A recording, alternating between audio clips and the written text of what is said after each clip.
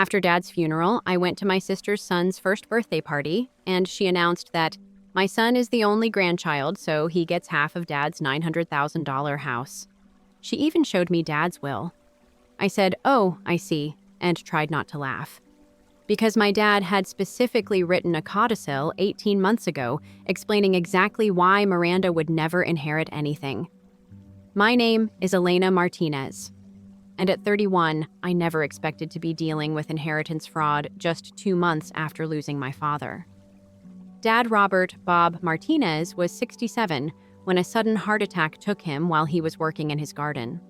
Just days after his funeral, I dragged myself to my nephew Diego's first birthday party, where my sister Miranda dropped a devastating bomb. She announced that Diego was entitled to half of Dad's $900,000 Scottsdale home, showing everyone what appeared to be an updated will.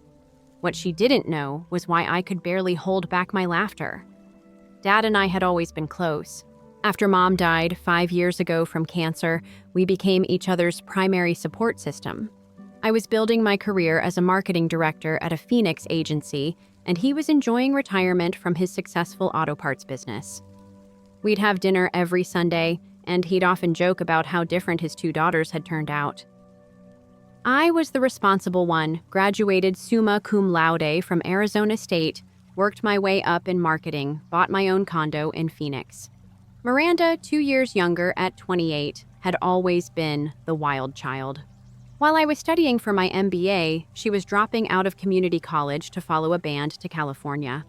While I was building client relationships, she was bouncing between retail jobs and questionable boyfriends. Our relationship had always been complicated. Miranda was undeniably beautiful, with the kind of effortless charm that drew people to her, but there was always an undercurrent of competition from her side. If I achieved something, she needed to one-up me. When I got promoted to marketing director, she suddenly became interested in creative careers.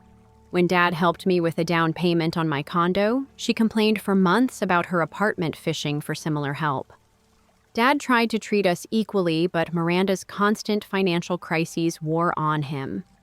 She'd had 3 cars repossessed, defaulted on multiple credit cards, and had asked Dad for money at least once every few months for the past decade.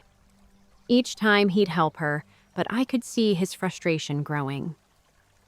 2 years ago, Miranda started dating Kevin, a construction worker she met at a bar. He was rough around the edges with a motorcycle and attitude that immediately put Dad on edge. Their relationship seemed volatile from the outside, with dramatic breakups and passionate reconciliations that played out on social media for everyone to see. Then came the pregnancy announcement at Christmas dinner 18 months ago. It was unexpected, to say the least. Miranda had never expressed any interest in settling down or having children. Yet there she was, announcing her pregnancy with theatrical tears and declarations about the miracle of life. I felt a familiar sting of complicated emotions. At 29, I was focused on my career and hadn't found the right person to start a family with. Watching my irresponsible sister accidentally achieve what felt like the next life milestone stung, but I pushed those feelings down. I was genuinely happy for her and determined to be the best aunt possible. Diego was born healthy at 8 pounds 2 ounces. I was at the hospital with flowers and a handmade baby blanket I'd spent weeks creating. Miranda seemed overwhelmed by motherhood from the start, often calling me in tears about Diego's colic or her exhaustion. I stepped in as much as I could, sometimes watching Diego overnight so she could sleep. Dad was more distant with Diego than I expected. In retrospect, I thought it might be because Miranda's irresponsibility worried him, or because Kevin was increasingly absent and unreliable. Dad was always kind when Miranda brought Diego over, but he maintained a certain emotional distance that I never questioned at the time. What I didn't know was that Dad had been documenting everything. 18 months ago, shortly after Diego's birth, something happened that changed Dad's perspective entirely. Miranda had been asking for money again, this time for baby expenses, and Dad had agreed to help with Diego's medical bills. But when he offered to pay the pediatrician directly, Miranda became evasive and angry. Dad decided to investigate and discovered that Miranda had been inflating medical costs and pocketing the difference. When he confronted her, she flew into a rage, accusing him of not trusting her and threatening to cut off his access to Diego unless he gave her money without questions. "If you don't help me," she had screamed during that confrontation, "you'll never see your grandson again. And when you die, I'll make sure Diego gets what he deserves from this family." That threat prompted Dad to call his longtime attorney, David Chen, and make significant changes to his will. But Dad went further than just updating the document. He started keeping detailed records of every interaction with Miranda, every financial request, every manipulation attempt. Then came that terrible Tuesday morning 2 months ago. Dad had been complaining of chest pain, but insisted he was fine, just indigestion from trying a new restaurant the night before. I suggested he see a doctor, but he had a golf date with his buddies. "Just heartburn," he insisted, kissing my forehead when I stopped by with coffee. "I'll call you after golf." That call never came. Instead, I got one from the hospital. By the time I arrived, he was already gone. Massive heart attack on the golf course. The paramedics said nothing could have been done. He was 67 years old. The next days passed in a blur of arrangements and grief. Miranda was strangely absent during most of it, sending text messages claiming Diego was sick or she couldn't find childcare. When she did appear at the funeral, she stayed briefly, keeping to herself and leaving before the reception. I was too numb with grief to think much of her behavior at the time.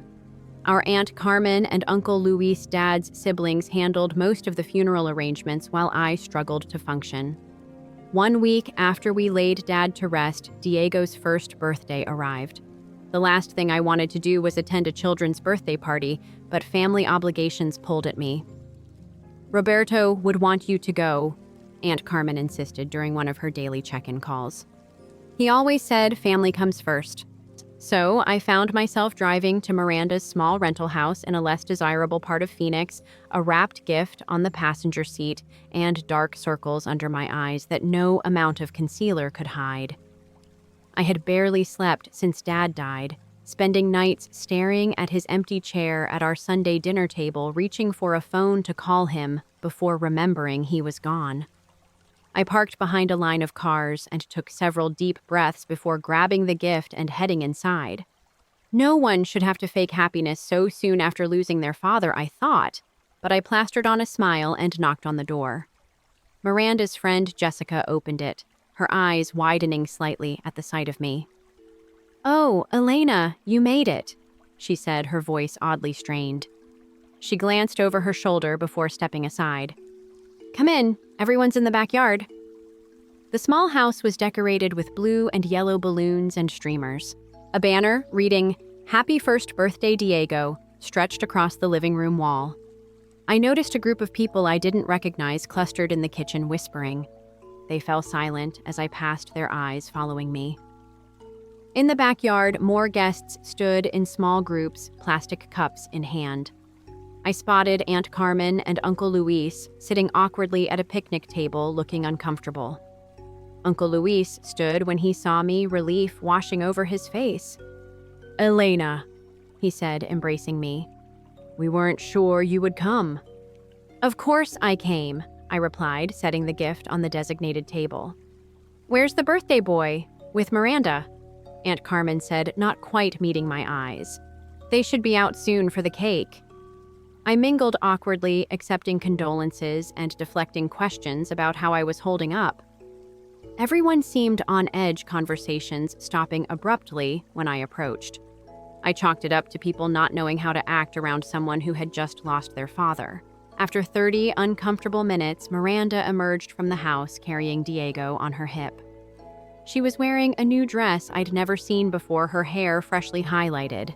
Diego looked adorable in a little button-up shirt and bow tie, his chubby legs kicking with excitement at all the attention. Miranda barely acknowledged me as she placed Diego in his high chair. She seemed energized, almost giddy, moving around the yard with unusual confidence. Then she tapped a spoon against her cup, calling for everyone's attention. "Thank you all for coming to celebrate Diego's special day," she began, her voice carrying across the yard. "This past year has been full of surprises and challenges, as many of you know." The guests exchanged glances. Aunt Carmen suddenly became very interested in her shoes. "I have some important news to share," Miranda continued, placing a hand on Diego's head. "About Diego's future and his inheritance rights." A chill ran down my spine. Something was very wrong. As Dad's only grandchild, she announced, her eyes finding mine across the yard, "Diego is entitled to his fair share of the family estate. Roberto always said family takes care of family." The world seemed to stop. I heard gasps around me, felt Uncle Luis stiffen beside me, but it was all background noise to the rushing in my ears. "Elena has been handling Dad's affairs," Miranda continued, her voice steady and rehearsed. "But she's been trying to keep Diego from getting what's rightfully his. As the only grandchild, Diego deserves half of everything, especially the house." I stood frozen, unable to process what I was hearing.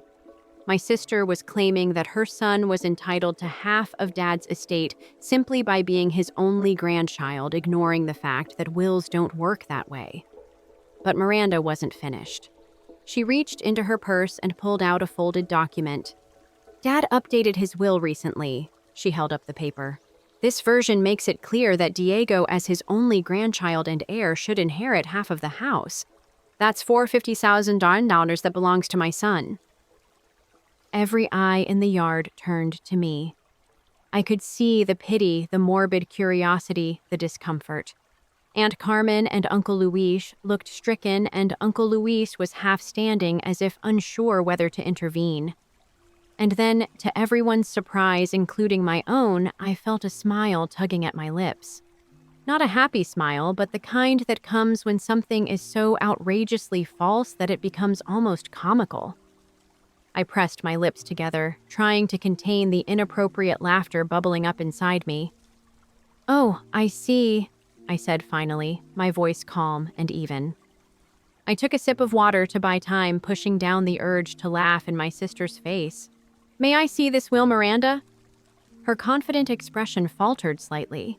She clearly hadn't expected this reaction. Slowly, she walked over and handed me the document, a typed page with what appeared to be Dad's signature at the bottom. I scanned it quickly, noting inconsistencies immediately. The formal language was all wrong, nothing like the legal documents I'd seen Dad handle for his business. And the signature, while similar to Dad's, was clearly forged. The way he made his R was wrong, and he never signed Robert, it was always Bob, or R. Martinez.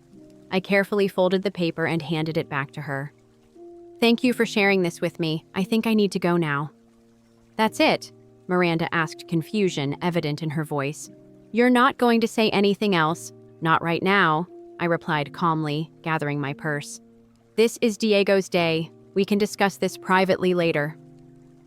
I said goodbye to my shell-shocked aunt and uncle, promising to call them soon. As I walked to my car, I could hear the murmurs behind me, the party atmosphere completely shattered. Once inside my car, safely out of view, I finally let out the laugh that had been threatening to escape. It started small, then grew until tears were streaming down my face. Not tears of joy, but a strange mix of grief, anger, and incredulous disbelief at my sister's audacity. Because there was something Miranda didn't know. Something Dad and I had never shared with anyone. Something that made her elaborate lie not just hurtful, but legally impossible. The truth about Dad's real will began 18 months ago, right after Miranda's threat about keeping Diego away from him. That confrontation had shaken Dad more than I realized at the time. The next week, he called me with an unusual request. "Elena, I need you to come with me to see David Chen," he said. "There are some legal matters I want to handle, and I'd like you there as a witness." David Chen had been Dad's attorney for over 20 years, handling everything from his business incorporation to Mom's estate planning. His office was in a converted adobe building in Old Town Scottsdale. the kind of place that exuded Southwest charm and legal competence. "Roberto," David said, standing to greet us both. "Elena, good to see you. Please sit down."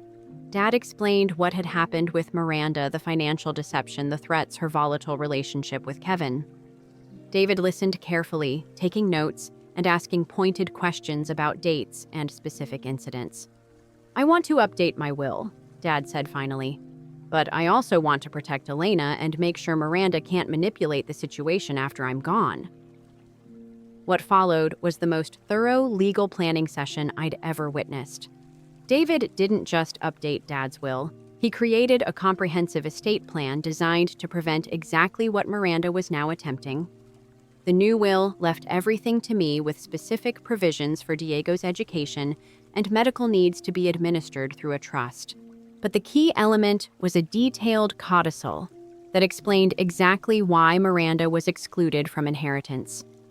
Dad dictated his reasoning carefully.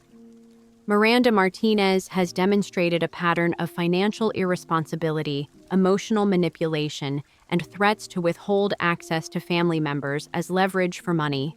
She has repeatedly deceived me about financial needs and has threatened to deny me access to my grandson unless I provide unrestricted financial support.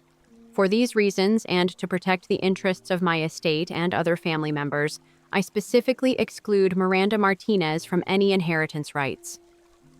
But Dad went further. On David's advice, he began documenting every interaction with Miranda. Every financial request, every threat, every manipulation attempt went into a detailed journal that he kept locked in his home safe. "You never know what someone might try after you're gone," David had warned. "People become creative when grief and money intersect." Dad also required DNA testing for any future grandchildren seeking inheritance rights, a provision that seemed excessive at the time but proved prescient. And he recorded a video testimony explaining his decisions just in case anyone questioned his mental competency. The morning after Diego's birthday party disaster, I drove straight to David's office.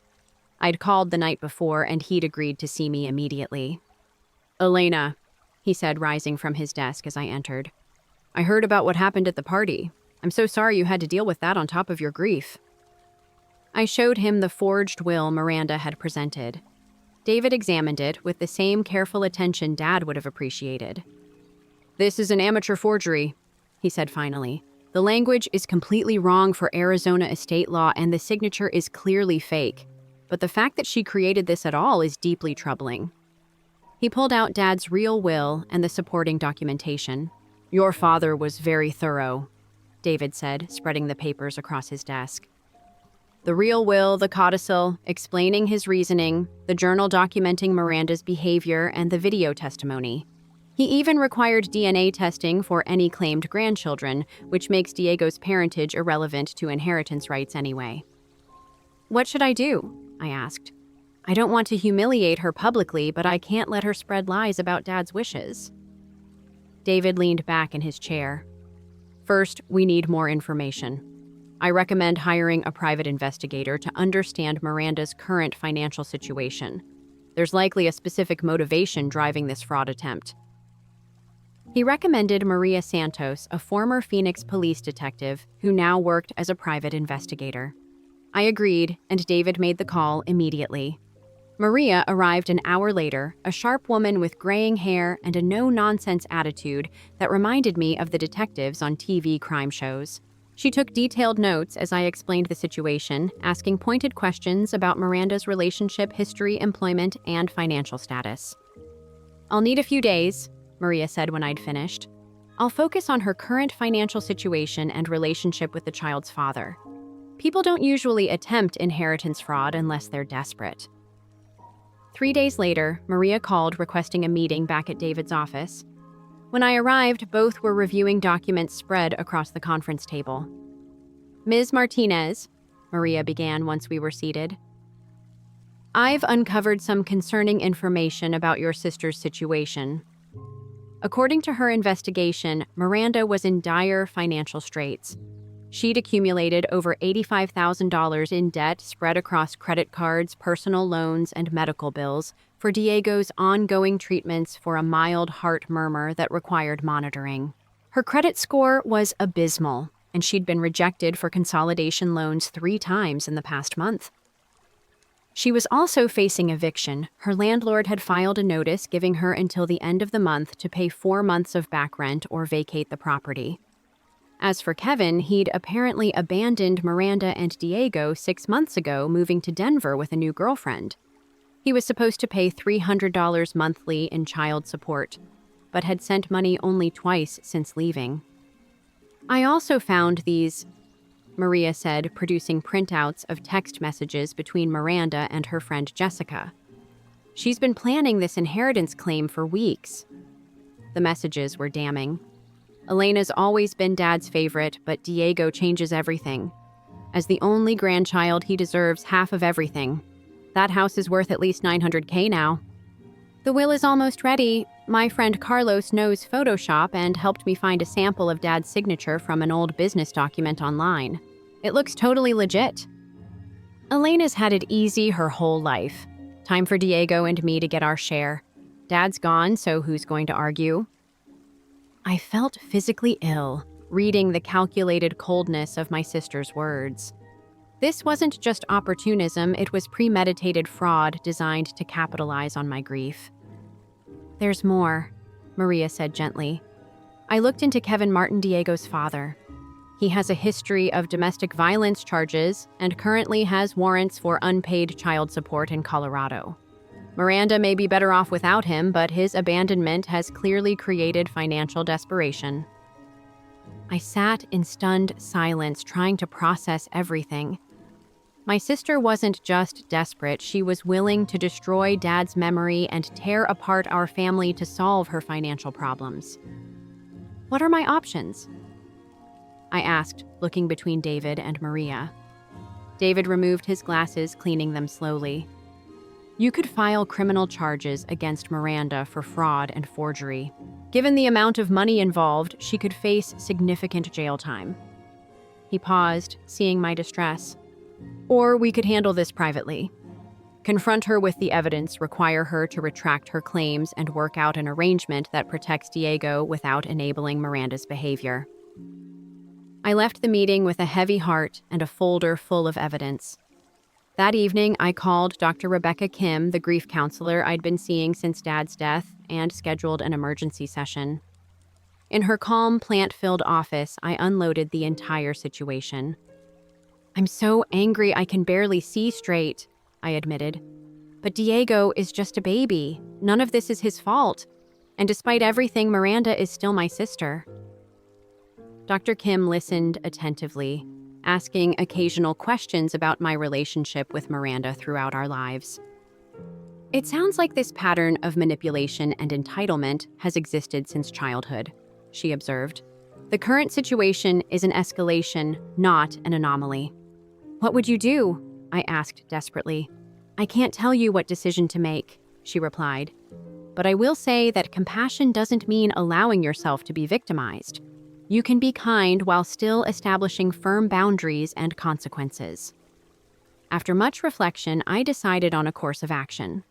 I would confront Miranda privately with all the evidence, offering her a choice: face potential criminal charges for her fraud, or accept a compromise that would provide for Diego while requiring accountability from her.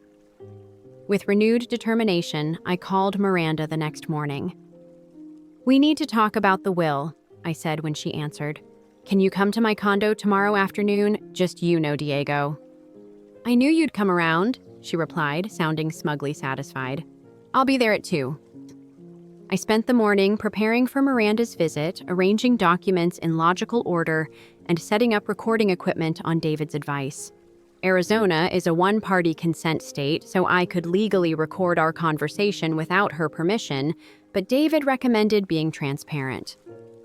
At exactly 200 yours, the doorbell rang. I took a deep breath, steadying myself before opening the door.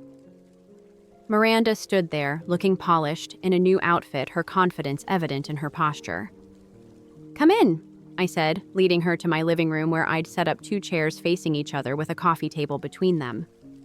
On the table sat a recorder, water glasses, and a folder of documents. "I'm going to record our conversation," I said, starting the device. "Given the legal nature of what we're discussing, I want everything documented." Miranda hesitated only briefly before nodding. "Sure, whatever makes you comfortable. This should be pretty straightforward anyway." I turned on the recorder, stating the date and time. Then I sat back, studying my sister's face. "Before we discuss the will, I'd like to understand exactly what you're claiming about Dad's wishes for Diego." Miranda launched into a rehearsed story about how Dad had supposedly told her that Diego, as his only grandchild and male heir, deserved a significant inheritance. According to her version, Dad had been worried that I might not provide for Diego properly and had updated his will to ensure the boy's future. He always said the Martinez name should continue through the male line. She said, her eyes wide with practiced sincerity.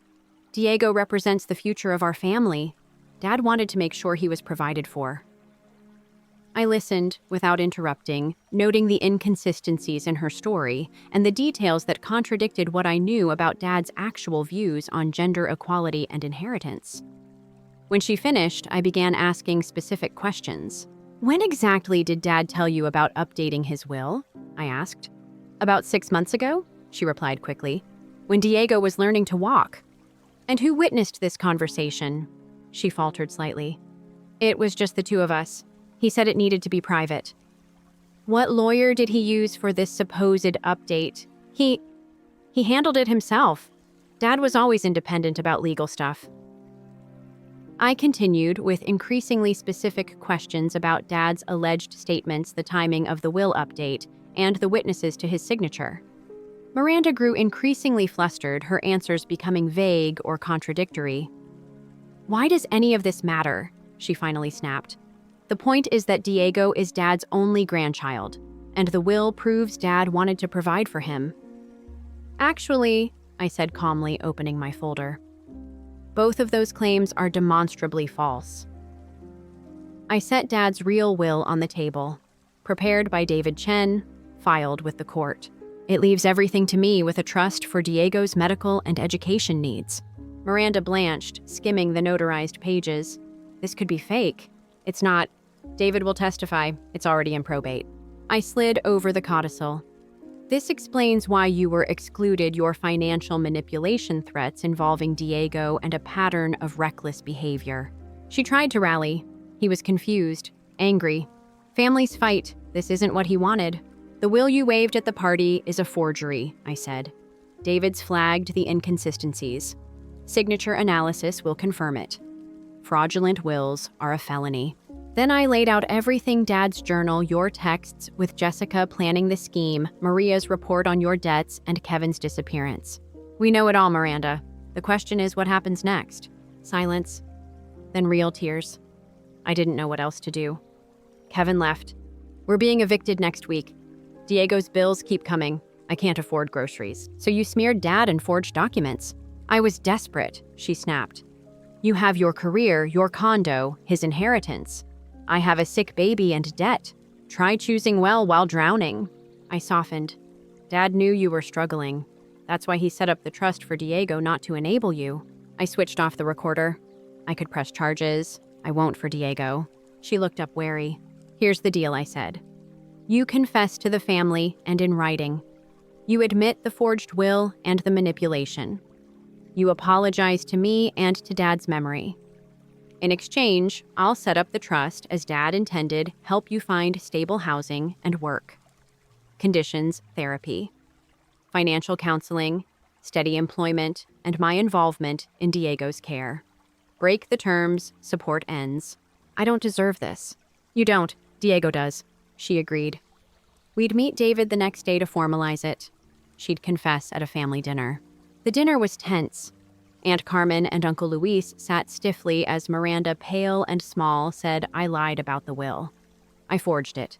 The real one leaves everything to Elena with a trust for Diego. Shock. Questions.